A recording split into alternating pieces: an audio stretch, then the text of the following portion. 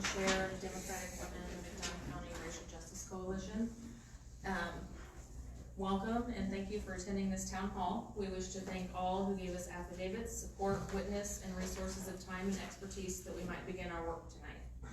The Democratic Women of McDonough County has remained the main group sustaining pressure on our city and community leaders to address the racism in our community after white business owners posted dehumanizing signs all over town calling for the firing of the first Black president of WIU.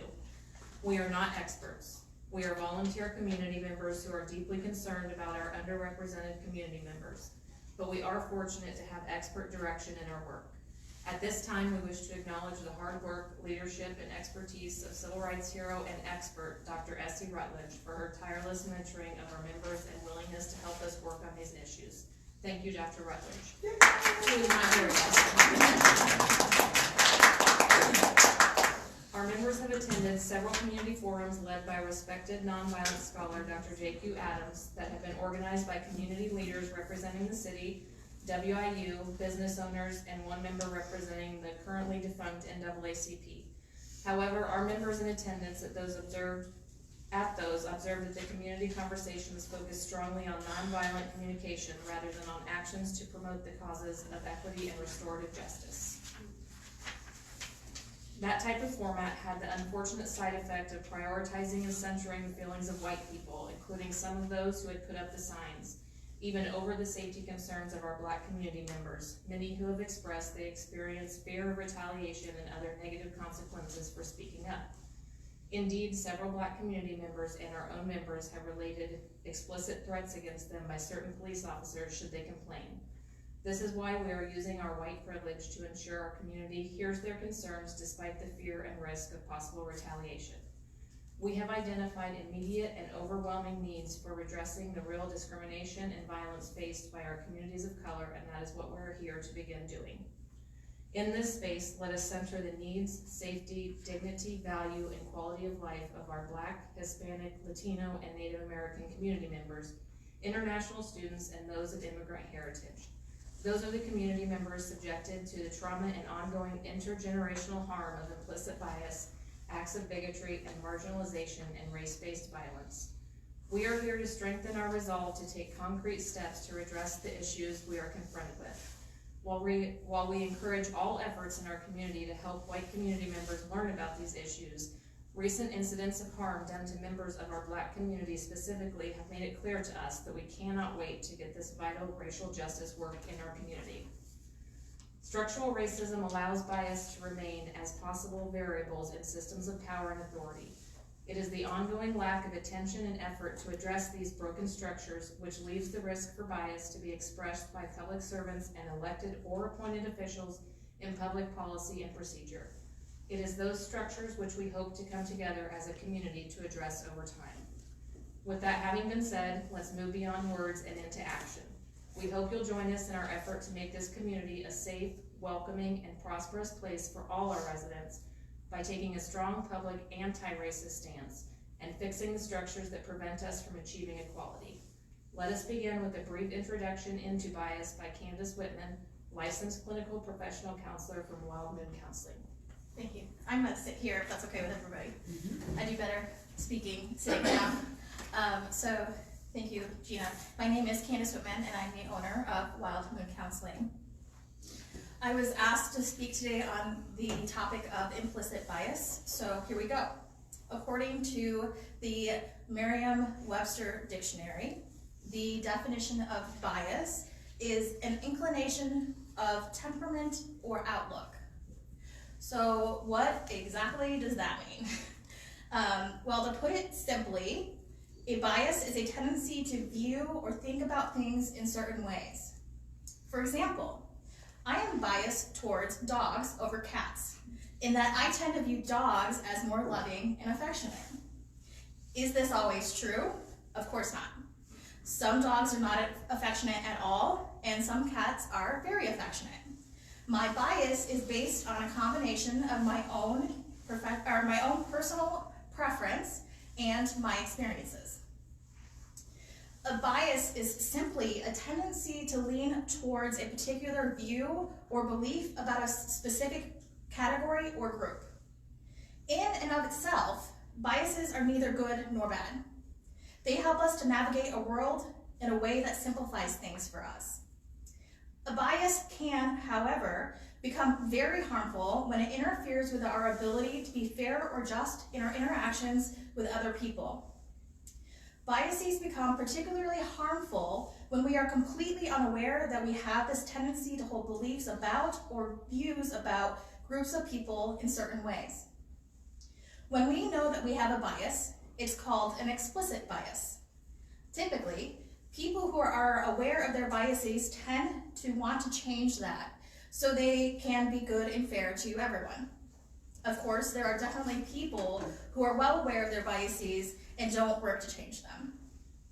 But when we are unaware of our biases, however, they are called an implicit bias. These are biases that we cannot stop and assess and ask ourselves if we are biased about a certain group. It does not do any good to quickly reflect on this because we can't be honest with ourselves because we aren't aware that we hold this bias. Implicit biases are completely unconscious. So the question becomes, if implicit biases are unconscious, how do we change them if we can't see them within ourselves? Well, according to the UCLA, there are specific steps we can take to become aware of our implicit biases and make change to how we unconsciously view groups. I'm going to quickly talk about two of those things we do. The first is addressing our mindset. Jerry King of the ACLU explains that the first step to addressing our mindset is to be humble. He shares that the only way to ensure that we are to be fair is to assume that we are not fair. So we must be in acceptance that we have unconscious bias, and therefore we must assume we are not fair before we can work towards being fair. He also talks about the importance of being mindful by monitoring and honestly reflecting on our inconsistencies and how we feel and think about the people we interact with in our lives. We also must be internally motivated to be fair and to do the right thing. Being forced to address our own biases is not effective. We must want to do the right thing. The second way to address our unconscious biases is by what Jerry King calls de-biasing. He says the way to change our unconscious beliefs about groups of people is by exposing ourselves to people who counter our biased beliefs. He talks about surrounding ourselves, both with personal contacts and through media, with people who prove our unconscious bias wrong. Some examples of how we can do this is by learning about female scientists or Black leaders, watching media that has healthy portrayals of diverse groups of people, and spending time with and having conversations with people who are different from us. Unless we are able to be exposed to people who disprove our unconscious beliefs, we will never be able to really address our implicit biases. Today, we are here to address the fact that Black individuals in Macomb are facing a lot of painful experiences because white people in the community are not addressing their unconscious biases.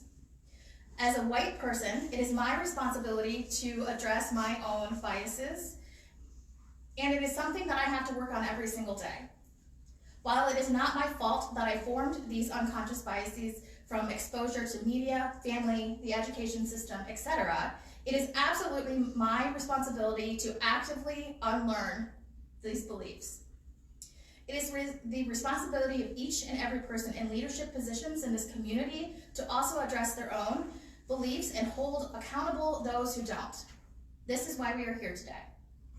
And one way that you can quickly assess if you hold any implicit biases about certain groups, you can check out what is called the implicit bias test. I have little slips where you can go over there on the side table that has the web address where you can go to take those tests. That is it. Thank you.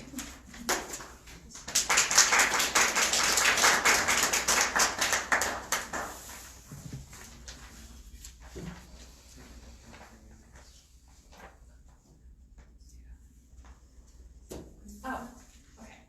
So one of the things that we wanted to talk about today was in response to Chief Barker's comment that he does not think that it's okay that the people who are submitting affidavits remain anonymous. So we wanted to take a moment to talk about some of the things that he has said that make it very clear that it is not safe for people of color to be the ones reading their own experiences publicly.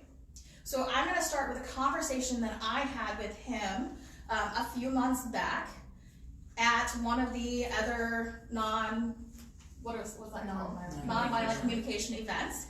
I had a conversation with him, and I'm just going to read a few of the things that he said to me during that conversation. So he shared that he understands what it is like to be treated differently and experience discrimination. I, of course, was curious about how this could be, considering he's a white, straight male in a position of power. So I asked him to share with me his experiences, and he shared that he had to ask a family member to stop introducing him as a police officer because people treat him differently once they know he is the police. I asked him to reflect on how it must feel for a person of color who is not able to just not reveal their race because they cannot take off their skin color in the same way that he gets to take off his badge, gun, and title.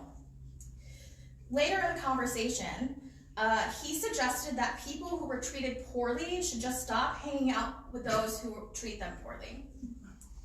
He also stated that people have the right to believe what they want.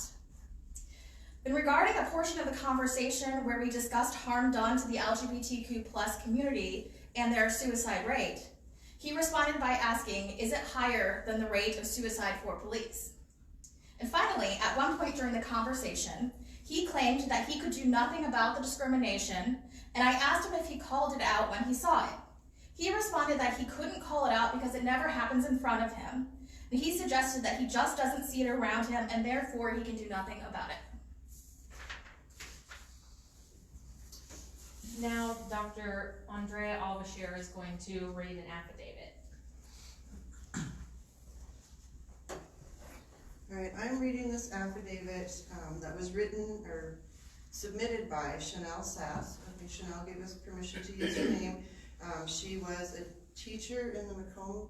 She's a teacher now. She was okay. She's a teacher now. She lives out of state now, so she's not teaching in this community. But she was in this community in 2018, and she had the opportunity to sit down and talk with Chief Barker about some of the concerns that she had about issues in the Macomb community regarding race and bias. So I'm going to quote from her. We talked about Macomb's diversifying population and how that can cause culture clash. He said people coming from urban areas may not be used to being stopped for minor issues like walking in the middle of the street. In Chicago, he said, walking in the street is small potatoes in comparison to drive-by shootings, and so the police force there ignores it. In Macomb, however, walking in the street violates the cultural norm, and being allowed to do that may make people think that they can get away with minor crimes, which could lead them to commit more major crimes. I pointed out to him that the cultural norm is set by white people, that cultural norm is set by white people, given that Macomb has been historically very white and is currently 85% white. He agreed that was true, but he believes it is a slippery slope, and that part of enjoying the safety of Macomb, as compared to the danger of some neighborhoods in Chicago, is assimilating to the culture here. He said he is beholden to what the community wants, and because the community is a majority white, he has to enforce white cultural norms. And then she says later in that same conversation, quote, he acknowledged that people of color suffer disproportionately from poverty, and that might be a reason for these violations, but that reducing the number of stops for equipment violations was not an option due to the fact that a somewhat high percentage of those stops result in the discovery of contraband. I pointed out that getting caught for minor crimes ties people up in the system and can make it hard for them to get out of the cycles of poverty, crime, violence, and addiction. He acknowledged that that is true, but said there is nothing he could do about it. And then she says, a bit later in the conversation, quote, I mentioned my discussions with Black residents in Macomb and how I have heard that they feel like outsiders even if their families have lived here for a long time, and that they feel very visible and targeted. He said, of a black person I mentioned talking to that they had extremist views, like believing he has white privilege. You don't have white privilege, I asked. He said no because he grew up poor with two parents with only an 8th grade education.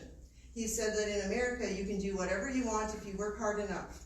I pointed out that this country once enslaved black people, to which he replied, yeah, 100 years ago. I talked about how Jim Crow laws were in effect not that long ago, and that research shows us that this history has caused everyone to have implicit bias against black people. He agreed that implicit bias is part of our culture, but that people can't play the victim. I told him that if he considered believing in white privilege to be extremist, then I am that extreme.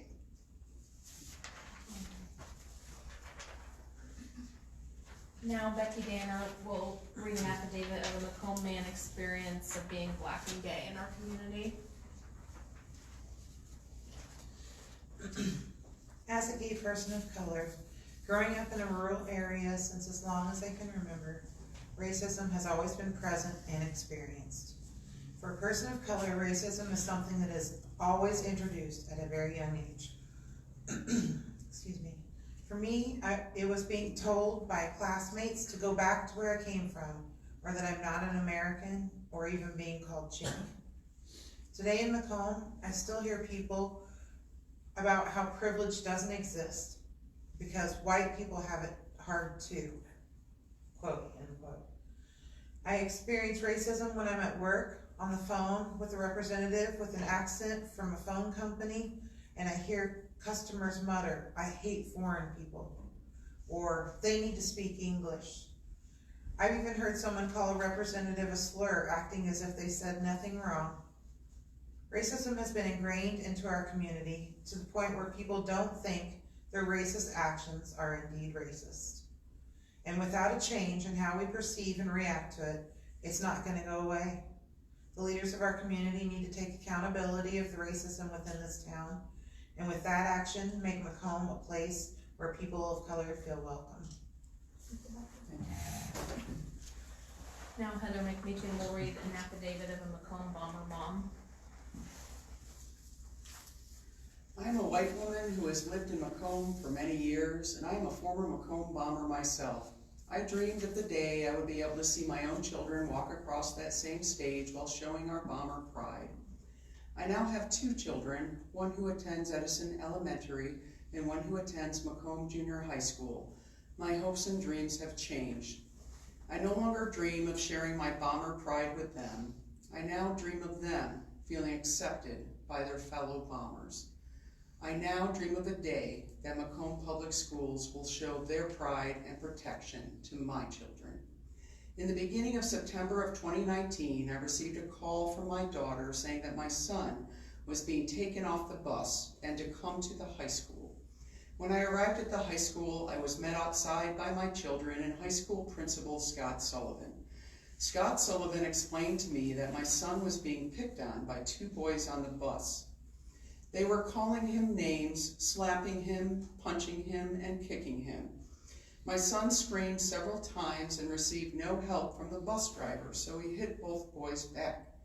Then the bus driver got involved, and my son felt threatened and got off the bus and refused to get back on the bus because he felt unsafe.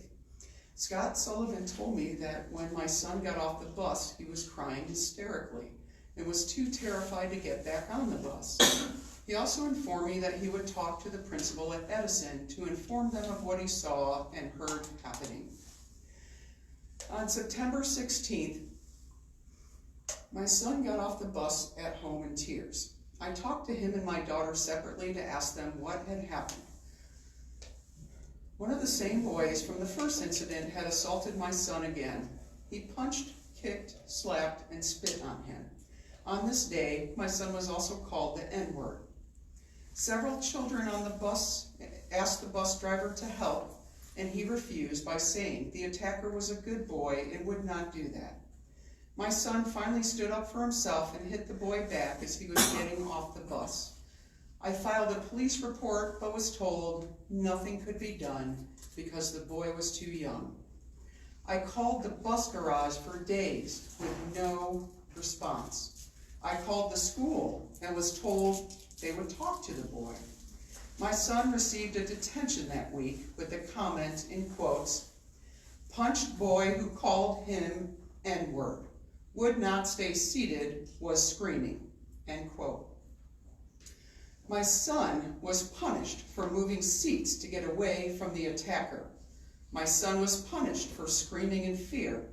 My son was punished for standing up for himself after physical attacks and racist remarks. Like several other parents of Macomb school children, I stopped putting my children on the bus, incurring more financial hardship on our family, but it still didn't stop. The bully was slapping drinks and food out of my son's hands in the cafeteria. He was being flipped off by the boy as he walked to my car after school. That is when I called his teacher to let her know he would not be coming to school until something changed. I then called and spoke to Superintendent Toomey. I explained everything that had happened. I let him know how hopeless I felt. I thought my concerns were finally being taken seriously. He talked to me about his times as a parent and told me he understood the seriousness of this. He asked me if I was okay with him sitting down and having a heart-to-heart with my son so he could give him some encouragement and get his side. I agreed. He said he was busy the next 2 days, but would come in on the 3rd day to meet with him. My son stayed home those 2 days and returned on the day they were supposed to meet. They never met, and I have not heard back from Dr. Toomey to this day. After 2 weeks, I received a call from Anthony Reed, Bus Garage Management. Anthony told me that he could not do much because they were already 8 drivers short, and that they watched the audio from the bus of the day he called me back, and they didn't see any problems. I informed him that my children no longer rode the bus, and that they needed to watch from when they were riding. He then said that maybe if I had called sooner he could have, but he couldn't do that now. I told him I had been calling every day since the incident, and he responded that they were short-staffed again.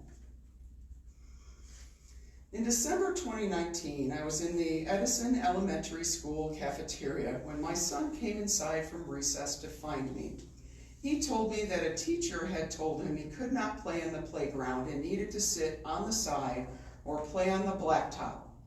I asked him why, and he told my son it was because she wanted to keep him separated from the boy who was bullying him. I told him to go back outside and ask her why he was the one being punished. The teacher then came back inside with my son.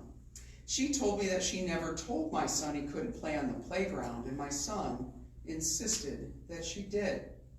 The teacher's story then changed to that she had told him that, but only because she was told they needed to be separated. I asked her how it made any sense for my son to be punished when he was the one being bullied and called the N-word. She responded with, well, if he doesn't want to be called that and picked on, why doesn't he just listen and play elsewhere? Unquote. I was shocked, angry, and hurt. After this, I moved, so my children were no longer riding the same bus and stopped reaching out to the school for any help, because I know they will never be on my son's side. My son is tall, big, and black. His attacker is small, short, and white. No matter what my son endures at school, he will still be seen as the aggressor, and that breaks my heart as a parent. And I will just add as an aside, how many of you have had your children stop riding the bus because of bullying? I am one of those parents. Thank you. Now Candace will read an affidavit of a co-resident victim of mistaken black identity assaulted in his own home by the Macomb Police Department. Let's give a content warning here that this next one is extremely upsetting. It does contain violence and evidence of possible police misconduct.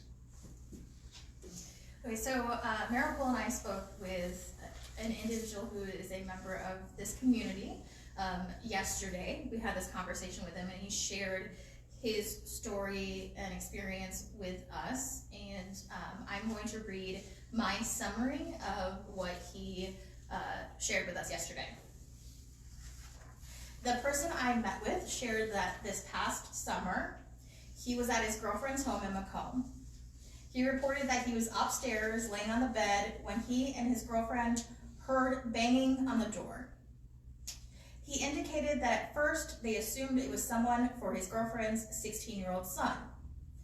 Once they heard the banging on the door again, he looked out the window and saw that there were 3 police cars outside. He went downstairs, opened the door, and saw 2 adolescents speaking with the police, whom he believed were friends of his girlfriend's son. He reported that an officer asked him for his name, and he replied with his name and asked what was going on. The officer then reached for him, and out of fear, he pulled away. At that time, the officer began attempting to tackle him. He reported that he was afraid for his life, so he continued to back up into the house while holding his hands up. The officer tackled him onto the couch with excessive force. All along, he continued to ask the officer to explain why he was there, and the officer would not tell him. At that time, his girlfriend started down the stairs asking what was happening. Another officer pointed a taser at her and told her not to continue down the stairs. He reported that his girlfriend then was asking him to calm down in an attempt to de-escalate the situation. He reported that after he started to calm down, he was put into cuffs. He asked the officer again why they put him in handcuffs, and the officer told him that they were chasing a black man who got out of his car and ran from them. He then asked if he was being cuffed just because he's a black man, and the man they were chasing happened to be black, and the officer confirmed that to be true. The police then asked him about several people and told him that, and he told them that he does not hang out with those people. He said that he has a good job and stays out of trouble. He reported that the officer responded to that by stating that if it were up to him, he wouldn't have a job at all and he would be in jail. He noted that the sheriff was present and did nothing to correct the situation. He reported that Chief Barker was also there. He stated that he asked Chief Barker if he could do something about him being cuffed just because he's a black man, and Barker said there was nothing he could do about that. After an additional 10 or so minutes passed, they took the cuffs off him. He reported that later that evening and into the next morning, he was experiencing chest pain and shortness of breath from having been tackled and having had the officer slam his elbow into his chest. He reported that he went to the emergency room at McDonough County Hospital on that day following that event.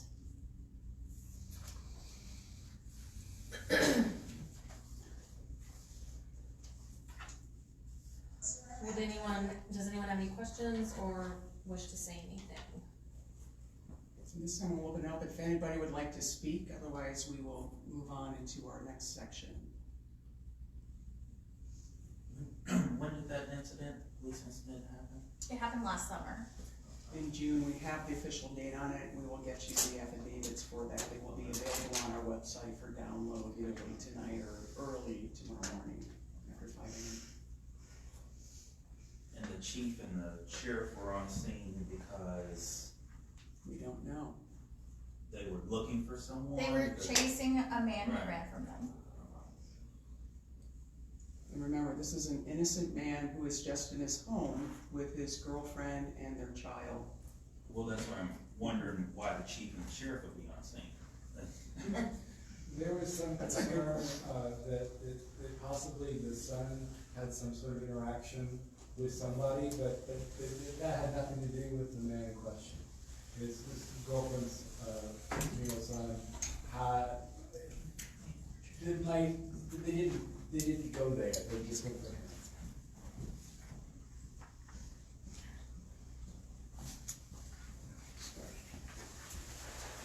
this point, we will talk about some of the things that we have identified to be goals for us to work on, as far as structures that we can use to improve things, both reporting and oversight. And the first one that we will address is the Macomb Police Department. At this time, the Democratic Women of McDonough County renews our call for Chief Barker to step down. We are working on several other similar affidavits, and we'll be releasing those. And I guess at this point, I'll tell you a little bit about how we do affidavits. So when people bring an issue to our attention, the very first thing we do is try to determine whether or not they have reported it to the existing reporting structures. And we want to do an assessment to find out if they are safe for an interview, because traumatized people sometimes can be re-traumatized or harmed much worse by the interview process itself. So we do an initial contact with one of us who have been trained in mental health first aid or have additional training. And then if it seems like that person does want to have a one-on-one discussion with us, then we will get a couple of our team members to meet with them and allow them to share their story with us in its raw, unfiltered version. We do not try to pry them for details. Doing so can be very traumatizing, re-traumatizing. So we instead perform those as witness statements where we basically validate that they are safe, that we are there for them as witness and as support. And then in that, if we identify existing structures that maybe they haven't yet accessed or activated that could be a source of support, then we will try to get them in touch with that. However, I will tell you that a lot of the people we work with, we are working on affidavits alleging that police officers have threatened people with loss of their children should they file a report. And I will state that from that event last summer, I will also point out that last summer, at the time that event went down, the link to the complaint form on the police website was gone. I mean, it just was non-functional. So we sent several white allies to individually contact the police department and members of our city hall and with repeated requests, hey, that link isn't up. Is there any chance it could get up, just to see what answers we would get back? And at one point, we got a fairly unprofessional response from the police chief, which I could kick myself that we did not, for some reason, manage to keep, where he relayed that he didn't really feel like that form was necessary. They could come talk to him at any time. We reiterated our racial justice. Some of our members met with Gail Carper and Mayor Inman back in, was it November? It was November, I think, right? Yeah. Is it November? Okay, yes. In November. And we asked Mayor Inman if he would work with our Racial Justice Coalition about these things that are being brought to us, and also that some of our members and their family members are experiencing. And he said no, citing that he was comfortable, that he had the experts he needed at the Multicultural Center, and we can respect that. We certainly think a lot of them as well. But we feel like in this community, it is on members of this community not to push it off on the university, to address these issues that are issues of our government, our people, our citizens, those living here, working here, and we want all of them to feel safe and to also feel like there are people here who are working on this and who do care about what has happened to them. And then once we meet with them, we also work to determine whether or not they are a good candidate for us to read affidavits, because if they are very isolated, maybe they haven't begun their own trauma therapy, maybe they don't have the family support, or maybe they don't have economic privilege, and so if their job's at risk, that would also be a consideration on whether or not we would read an affidavit out loud. And just so you know, we would never read an affidavit that hasn't gone through all of these steps, which is why, for a volunteer org, this is a very labor-intensive process. It takes us a while. We are marshaling the talents of mental health professionals, of organizers, of civil rights experts, to try to make sure, first and foremost, that that person's needs for safety and that of their family members are addressed, and that their need for healing is begun, And then if they, after all that, we sit down with them, we talk to them, what is the fallout likely to be after these affidavits are read? Because this community will get on and call them liars. And this community will get online and call us liars. And this community, actually, those of us who read affidavits know many of our friends abandoned us, our white friends, I should say, abandoned us. And we get a lot of white community members attacking us online and calling us liars. And, well, I guess, you know, they don't know what we know. So, and now you're learning some of what we know. And I will also tell you that some of the other things that we have black community members who are relaying that they can't get hired in this community. There's just a lot of things that we're dealing with. And we wanted to begin this work, and we'll have regular town halls. Our Racial Justice Coalition will have regular town halls, because there actually are a lot of simple things all of us could do that would actually make a lot of this easier to deal with. So getting into the Macomb Police Department, some of the action items. When we met earlier this month, we received word, it is still this month, January, right? Or is that December? From Mayor Inman, that the link on the police department's website was fixed, the complaint form, which we are very grateful, and we'd like to thank them for doing that. However, we evaluated that, and as it turns out, they enacted what the International Association of Chiefs of Police calls one of the most restrictive and least transparent types of complaint systems. And so I'm going to read an excerpt from this best practices guide from Internal Affairs, a strategy for smaller departments, from the International Association of Chiefs of Police. Which says, which complaints to accept? A simple declaration by a department stating that all complaints against any member of the police department will be received and investigated leaves little room for dispute. CALEA, C-A-L-E-A accreditation standard number 52.11 states, and this is quotes, a written directive requires all complaints against the agency or its employees be investigated to include anonymous complaints, end quote. It also prevents the age-old problem of certain complaints being discounted or rejected for purely subjective reasons. It is difficult, and this is still part of there, it is difficult to explain to a citizen why one complaint was accepted and one rejected for basically the same offense. This kind of inconsistency brings a supervisor's objectivity into question when his or her peer has accepted a complaint in the past for a similar offense. It is important for each department to, one, set the rationale for receiving complaints, 2, assign a person the task of receiving them, and 3, specify in a formal policy format which complaints are accepted. A bright line rule stating clearly that all agency employees will accept any and all complaints is the easiest to understand and teach other employees. It is not the easiest for most employees to accept. Some departments feel that the credibility of the complainant should be assured by requiring a sworn statement from those who make the complaint, and that is indeed the procedure that Macomb Police put in. When you click on their complaint form, you have to download it, you have to have a printer to be able to print it off, you have to fill it out, and then you have to take it to a notary public and sign your name to it. So that is a lot of steps that require quite a bit of privilege that not all community members have access to equally, and as you can imagine by what we have read, there are some who may feel like that would be discouraging. And I'll continue reading now. Picking up where I was. Some departments feel that the credibility of the complaint should be assured by requiring a sworn statement from those who make the complaint. This can ensure sincerity, but can also discourage honest people who may be skeptical or reticent.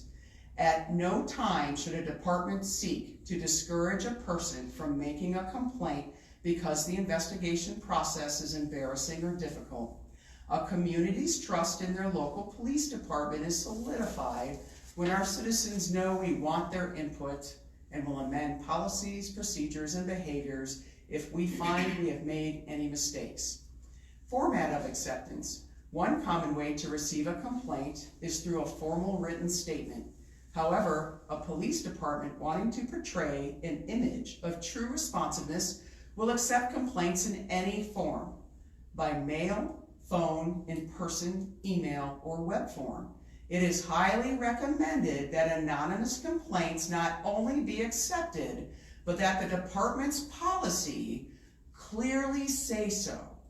Agencies run the risk of losing valuable community input if the complaint process is not so clear and simple. And again, this was taken from the Best Practices Guide, which we gave to Mayor Inman back in November, and which he dismissed and stated that he wasn't sure as to the veracity of that. We asked him to look at it and get back to us, and we have yet to hear back on that. So for our fixes for the police department that we would like to see enacted, that is item 1 on the list. Fix the broken complaint procedure, enable all departmental employees to take any complaint in any form. Our police chief stated that he was certain that all of his officers treated everybody equally with respect. And I just have to question how somebody can say that if their complaint process was broken for over 6 months. It finally got fixed, but then the fix was one that they recommend you don't do because it actually decreases trust in the police. The next thing that we would like the police department to do, train all their department employees in implicit bias and evaluate them for it, and in de-escalation procedures. The next one, prohibit Macomb Police. I'd like to say something Go about ahead. that one. Go I ahead. just remembered, Chief Barker was not, there was a very initial community conversation at Mount Calvary, right after the signs were put up. The sheriff was there, and Mayor Inman was there, and that was the first thing that he said needed done, was city employees needed implicit bias training. So that was in the very beginning. And maybe that's in the works, hopefully. And we're waiting to hear back. We asked for a written response 3 months ago, or 2 months ago, on these requests, and we're waiting for City Hall to give us our written response. So we have no idea what the process or what any of these, or if any of these are proceeding. The next thing that we are asking for specifically, and this is based on coming affidavits, we would like our city to prohibit the Macomb police officers from visiting black persons' places of employment without a current active complaint, request for aid, or in the event of an investigation. We have received, we have members who have had police officers come to them and try to tell them why black employees of theirs should be fired or drummed out of their jobs. We have people in this community working in several agencies who have also shared with us, white members of these agencies who are not comfortable being honest, but said if we could get an investigation, they would honestly relate to what they witnessed, which is one of the reasons why we think an investigation is very warranted. That they have witnessed police officers coming and trying to get black people drummed out of their jobs. And we will have affidavits for you on that. But that needs to end right now. It is not okay when somebody, even if somebody in the past had had trouble, mental health issues, trauma, they have been incarcerated, if they have done their time, we are either a community that believes in rehabilitation and giving people another chance, or we are not, right? And we are a community. We are a community that believes if you work hard and you try to do well, you should be treated with fairness, dignity, and respect. You should not have our police officers show up at your workplace and tell your boss why they shouldn't trust you after they've hired you. And we know that, and we have at least in some of these cases, these are black employees who our white allies have told us are excellent employees. And yet they get treated like this. And it's only a few officers doing it, but we're putting it here now. Because now it's on City Hall. If it happens anymore, then we will continue to let the Attorney General know, the Illinois Attorney General, we will continue submitting affidavits. Stop it right now. It's not okay. It's despicable and it cannot continue. The next ask that we have of this community, we need to end the broken windows policing policies that the chief himself still is upholding. the idea that you have to over-police people who are making violations of petty offenses like jaywalking in neighborhoods in the northeast quadrant where there are no sidewalks, that, with the idea that if you don't hold them accountable, then they will somehow turn into worse criminals, that has not been a legitimate law enforcement strategy for over 20 years. It's time for it to go. It should not exist here in our city hall. That type of language shouldn't even be used anymore.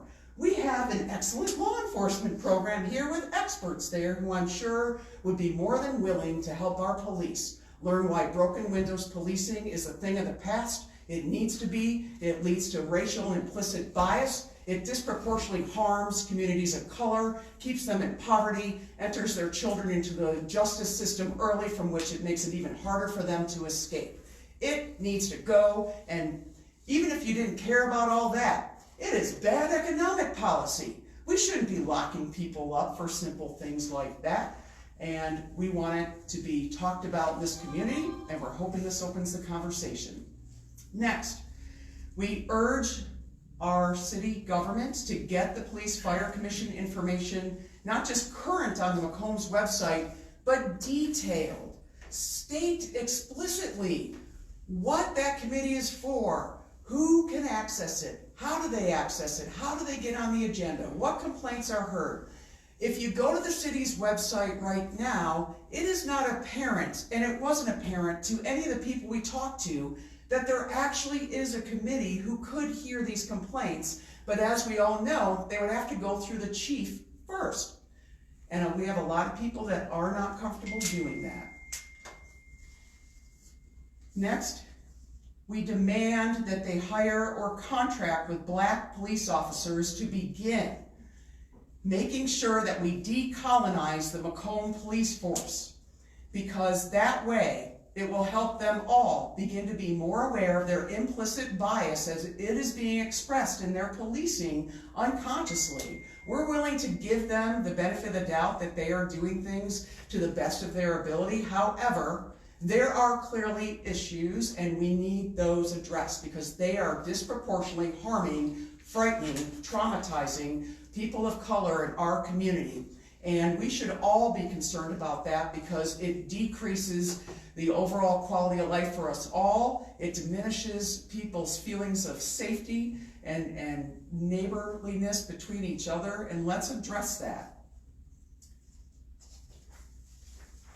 Does anyone have any questions or comments about the policing before I move on to the next agency? Go ahead. I don't understand the broken windows. So broken windows policing back in the, I want to say it was the 70s and 80s, was a theory, and I am paraphrasing as a non-expert. But the idea behind it was they thought that if you really policed everything super hard, even the most minor offenses, then it would cause communities to not move on to bigger offenses. And in subsequent decades, and yet that broken windows policing tended to be disproportionately used on areas that had broken windows, impoverished areas, often where people with privilege, white people, have moved out. And then black people are still there. And so that broken windows policing actually led to a lot more people being incarcerated for petty offenses. And then when they couldn't pay to get out of jail, couldn't pay their bail, then they would stay there longer. When they were finally let out, then they'd have a warrant for them, and that warrant would cost more. And I'm paraphrasing again, but you can see how this leads to our prisons being filled with black people who shouldn't be there. It doesn't belong in policing anymore. It hasn't belonged there for a long time, and it needs to go now. Anything else about the policing? Okay. Have you all talked to the state's attorney? So, no, I did not call the state's attorney, and I will tell you why. We have worked with several victims of domestic abuse who had spoken with the state's attorney, and the state's attorney had actually, I'm trying to decide, do you think I can say that or not? I don't know what you're gonna say, so. Okay, well, we weren't there for this one discussion. But I think, Vicki, do you think that's it? Do you remember from lunch? Okay, I'm gonna go ahead. So one of the things that we have concerns about is whether or not the state's attorney has, for whatever reason, told abusers that their victims reported further abuse. And those members, those victims who have come to us are not comfortable giving us an affidavit on that, but it's been 3 now that have said the same thing, and those 3 did not know each other and they did not know what each other said. So the fact that we heard that made us very concerned that if we go there with what we know, we worry about the safety of the people wanting to make a complaint. And this is why first we want to get the public's eyes on this issue, so then when we do go there, if there is any further issues, we have made our best effort at providing the only safety that a nonprofit group of volunteers can provide, and that is sunlight through the media. We do intend on asking him to please investigate these things. What we anticipate and what should properly be happening, those investigations can only be happening if somebody puts a complaint in. None of our people are comfortable giving a complaint to him. Because that was still the call though, right? That is still the call, that's right. Yeah. And he could, at any point, do a press conference himself. He could invite people to come to his office. He could give an assurance that he will protect them, and that would be great. We would welcome that. But also, if this is too much for his jurisdiction, then at that point, he could pass it on to an area outside of here. But to trigger that, we need people who feel safe enough to put the initial complaint down to our city leadership, right? And we don't have that yet. We are 7 months later working on these issues, just trying to help people feel safe putting down a complaint. And we're still not there. 7 months later, we still have this obstructive process that goes through the police department and through the chief to decide whether or not, then it goes to the affirmative action officer, and then the mayor, and then my understanding is then if they all think that it has merit, then it can go to the police and fire commission, at least by what we understand. I could have this wrong because it's not on the website. So we've been garnering this through several conversations, and yet we're getting conflicting info from each of the people in this process. That is not how transparent, good government is supposed to function. We want the process transparent, we want it documented, we want it down on the website so that everybody knows how it works. That is the fairest thing to do for all involved, and we would like to see that done. Anything else on the policing? Has anyone tried the complaint form? Well, our members did download it and fill it out, but stopped where we would have to go to a notary public and have it witnessed that was our words, and then take it in from there, because we can't put in a complaint that we don't witness. So, and we do always make people aware of the existing complaint forms, and we encourage them to fill out that process. But when they tell us they're not comfortable, we're like, okay, we understand that. We have members who feel the same way, and so we'll work with you based on what we can do for each other. But whether the complaint form or the process ever gets fixed, we can't wait any longer. This community sent a disabled black man to Chicago with no money in his pocket, no family, and he was lost for a couple weeks and he didn't return. And when he was finally returned back, he was wearing the same clothes 2 weeks later and had frostbitten feet. And we didn't even get compassion from our police chief on that one.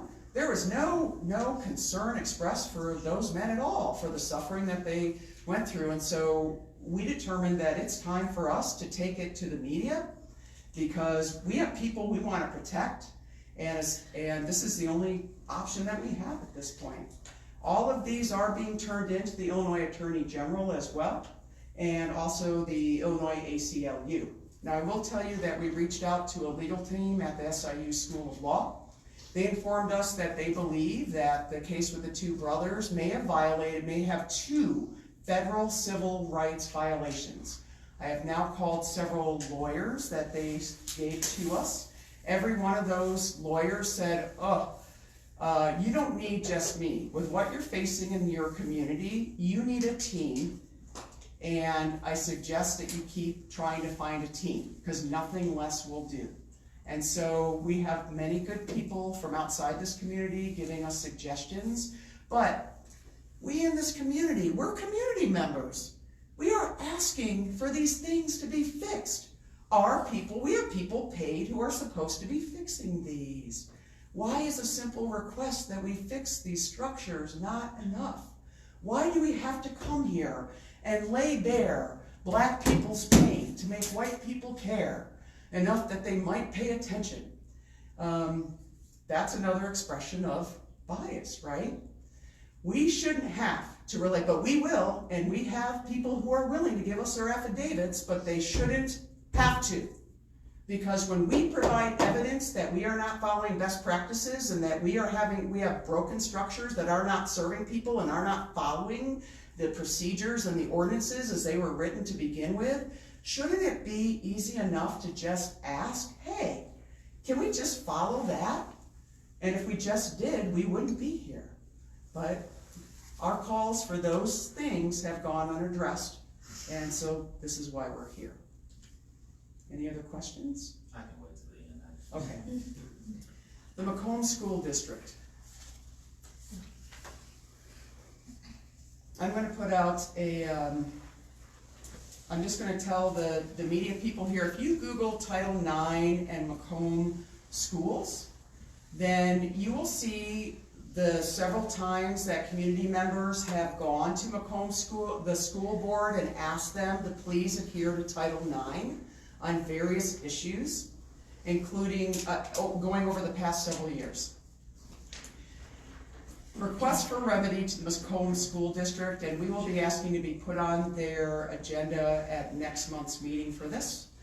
We expect District 185 to take a proactive stance toward Title IX, addressing our school district's lack of racial and ethnic representation at all levels of education for our children and our community remains an unmet need here. We asked you, the members of the Macomb School Board, to direct our school administrators to prioritize desegregating the teaching and administrative staff as much as possible. The remedies we are asking for include, but are not limited to, the following. We ask that the district immediately designate a Title IX coordinator who has been professionally trained to respond to complaints of misconduct. We are not certain as to the training of the person doing it now because we are still experiencing so many blatant violations of Title IX by what we understand.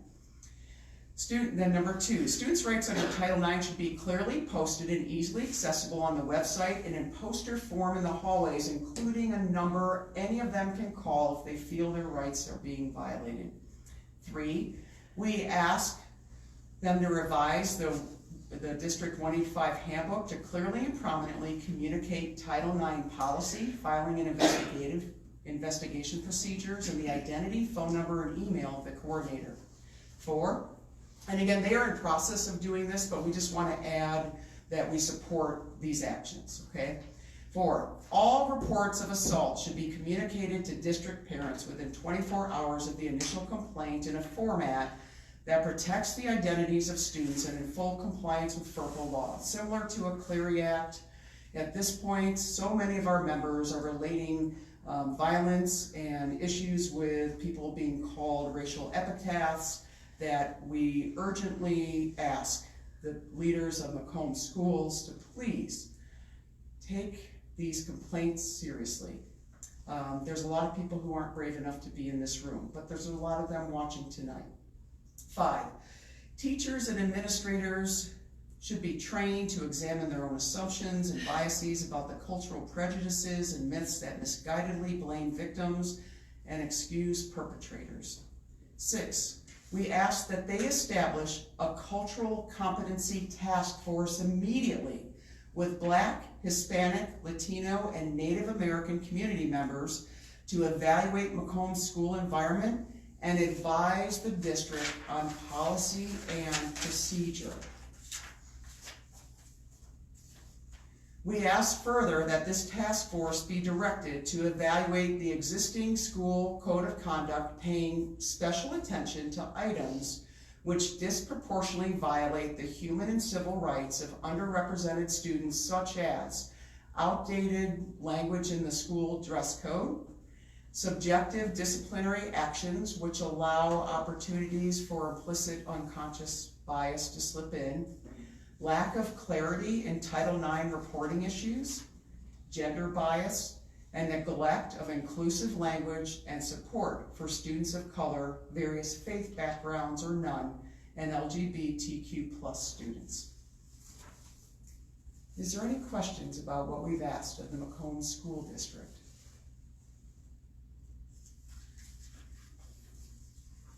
We, again, will work, and we would like to tell our community members, if any of them are afraid to go speak with any of the school administrators, we have members who are willing to go with you and just be there for you, just as support and comfort, and also to let you know that, and we do know we have many, many great teachers and wonderful administrators who do care deeply about these issues and are working on them. We understand why people are fearful. They are fearful of retaliation against their children, and we do not discount that. We just hope that if there is a bridge that can be built through our support, we would really love the opportunity to do that. One other thing that I will bring up regarding the busing situation. We have had numerous complaints that parents have had problems with on the buses. This ask didn't make it in here tonight, but we would urgently ask that the Macomb School District consider somehow placing a second adult on those buses. If you have to come up with a PTO series of volunteers or something, but there are children's IEPs that are being violated. We have children riding those buses who shouldn't be riding them. There are small children riding with teenagers, and that should not be happening. We have white parents who relayed that their small white children are using the N-word because they've heard it on the bus. And they stopped having them ride the bus because they didn't want them subjected to that. These are issues that need to be addressed because they do harm the educational mission of this entire community, and we do want all people to feel heard.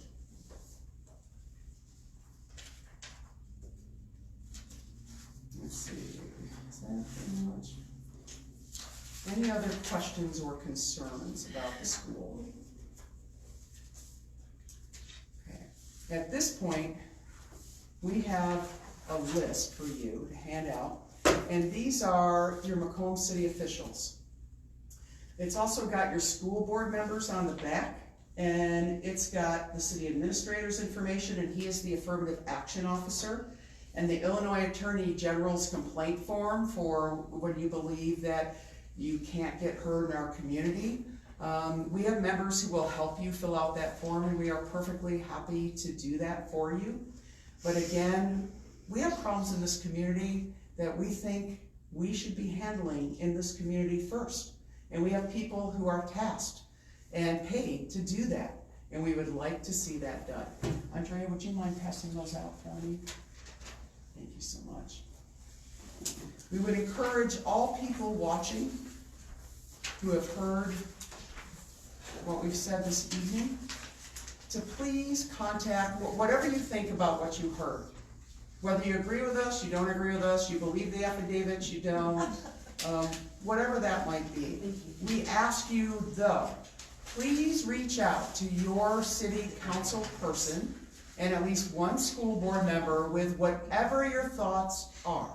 Let them know what you're thinking, because that helps them gain a better understanding of the broader experiences of this community. Your opinions are not wrong. Your experiences are not inaccurate, whatever you are dealing with. If you think we're wrong, share that too. We just want a lot more of our community members participating and informing our decision makers, many of whom are volunteers, are paid extremely little, and they deserve our support in the form of us letting them know when we see about issues. Obviously, when people do not feel safe going there, then we have special conditions for which situations like this are appropriate. But it is our hope over time, we do not doubt the hearts of the people in this community. We all want to live in a safe, healthy, vibrant, growing, multicultural, loving community. And there are simple fixes we can make in many of the different structures of our government and our public servants, education, and even in the way that we relate to each other that could radically improve the quality of life, the feelings of safety and security for our most marginalized community members here. And it is our hope that we will all continue to do that.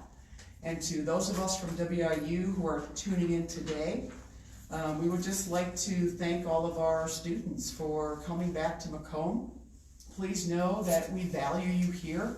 A lot of us are leathernecks as well in this room, and we love having our students in this community. It adds so much here that a small town this size would never have such a wealth of expertise and experience and cultural experiences that you bring to this. You are important to this community, and we are here for you as well. And we would like to state that our issues with the police are clearly just a few police officers that we've identified so far. We do have good police officers who have spoken with us and let us know that they could use some help from the community to help their leadership begin to follow best practices in policing and also in how they conduct themselves, and to also make it easier for all of them to take in a complaint and take it to whatever process they need to take it to, because there are officers that have expressed that they don't feel comfortable when someone tells them they don't feel safe, I'll just give up. You know, most of our police officers, presumably all of them, got into it because they're people who care about people and want to help them. But along the way, we do know that police officers do suffer problems with secondary traumatization. Sometimes they have problems with trauma themselves that decreases their empathy because they deal with people who are often in trouble, deal with them repeatedly with the law. Then it feeds confirmation bias within officers, and this is why it's really important to test all officers regularly for creeping implicit bias sinking in, because it is a risk factor of the job. And it's not healthy for our officers either. It predisposes them to marital problems, to domestic violence, to PTSD, to health problems down the road, increased rates of suicide. So by us fixing these structures, it protects our officers as well, helps them be healthier and more supported, protected when they feel they have been wrongfully accused of wrongdoing. And so we're talking about actually just helping everybody here. And we know most of our officers do want people to look at them as being people who are there to help them. But as a reminder, we as citizens here, as tax-paying citizens of this community, have given the power of life or death to certain community members in the form of a gun and authority. And it is beholden on all of us to ensure that that authority has proper oversight and training and help when they are falling behind in their duties. And that if something goes wrong, that we all come together and find out what happened and how to ensure that such an event never happens again. And that's what we're here for. Is there anything else you'd like to add? Okay, go ahead. I had a question. Did I understand you at the beginning to say that the local NAACP is currently defunct? So when I called the national office and asked if our NAACP is active yet, and they couldn't answer me. And so we know that, and when our Racial Justice Coalition has had events, we haven't seen their president at our events. And when we've asked people if they have reached out to the NAACP, they've related that they did that first, but then came to us because things weren't moving along. So what we would like to do is, of course, see the NAACP be able to do, the NAACP is a civil rights, a national civil rights org, the oldest one, right?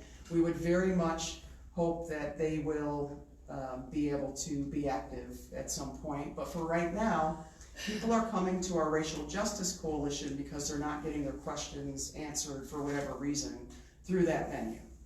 And so, and we don't mind helping, but we are just a local volunteer org. We're not tied to a national civil rights org the way that they are, although we are an affiliate of the Illinois Democratic Women and the National Federation of Democratic Women, but it's not quite the same thing, right? And a lot of our leadership is mostly white. And so every conversation that we have about racial justice has to begin with our non-white people telling us where they're coming from. And that adds an extra burden and an extra emotional labor for them that re-traumatizes them because they're talking to a white person, even though we try to do our best. Us being white, us having been brought up in a white community, having our own bias that we are each working in our own way to try to undo, we just can't be as effective as their NAACP would be on some of these issues for them. But we will continue to do our best. We are happy to do so. We'll offer our help and aid in whatever way we can, given our limited time and resources. Go ahead. Just as a follow-up, you said you called the National Office of the NAACP and they did not answer your question, would not answer your question, or could not answer your question about if this chapter was active or not. So she was not sure the status of it, the person I spoke with. She did, I gave her my email and she said that she would get back to me. And to add on to that, that was from me, and I'm taking that from my opinion, because from what I know of the bylaws, if there's not an executive board, then it's not an active chapter. And there is only one person running the NAACP right now, and that is Byron. So that is not an active chapter. And my membership is active, but I can't get him to answer my questions and emails. The meetings are always canceled, and there is only one person on the executive board, which is Byron. So that to me is not an NAACP chapter. That is my opinion. Well, I called the National NAACP to find out, I called the National NAACP because I was hoping they have a program to allow people who need legal assistance to apply for it. I wanted to find out if, just as members, if we could help people who weren't members at least apply for that, or if we had to go through our chapter for it because it wasn't quite clear to us whether or not we have to do that. Mm-hmm. So that's what I want to find out. Go ahead, Elsie. I just want to say, I think we need to wait and find out definitively. Right. That's right. Yes, that's why I said that was my opinion. You didn't have a real executive board from the very beginning. Right. Because the executive board is composed of the officers and the chairs of the standing committees. And you don't know what's going on, but on the other hand, I think that we need to wait and get the facts before we go out and say something. Because I'm a life member, and I don't get any announcement of the meetings, but I am not ready to take a position about the national until we have any contact with them. And it's our hope that eventually they'll have their legal redress committee up and running so that because they provide excellent training for people on that. And we have members of the NAACP in our org who would love to serve on that as well. So with any luck, we'll get that up and running. Any other questions? Well, at this point, we will conclude. We'll break down into small groups if anybody would like to have discussions. We will be happy to speak to the media. And all of our affidavits, like I said before, will be posted online on our website. And there will be more affidavits coming as they work their way through the process. Thank you all so very much for being here.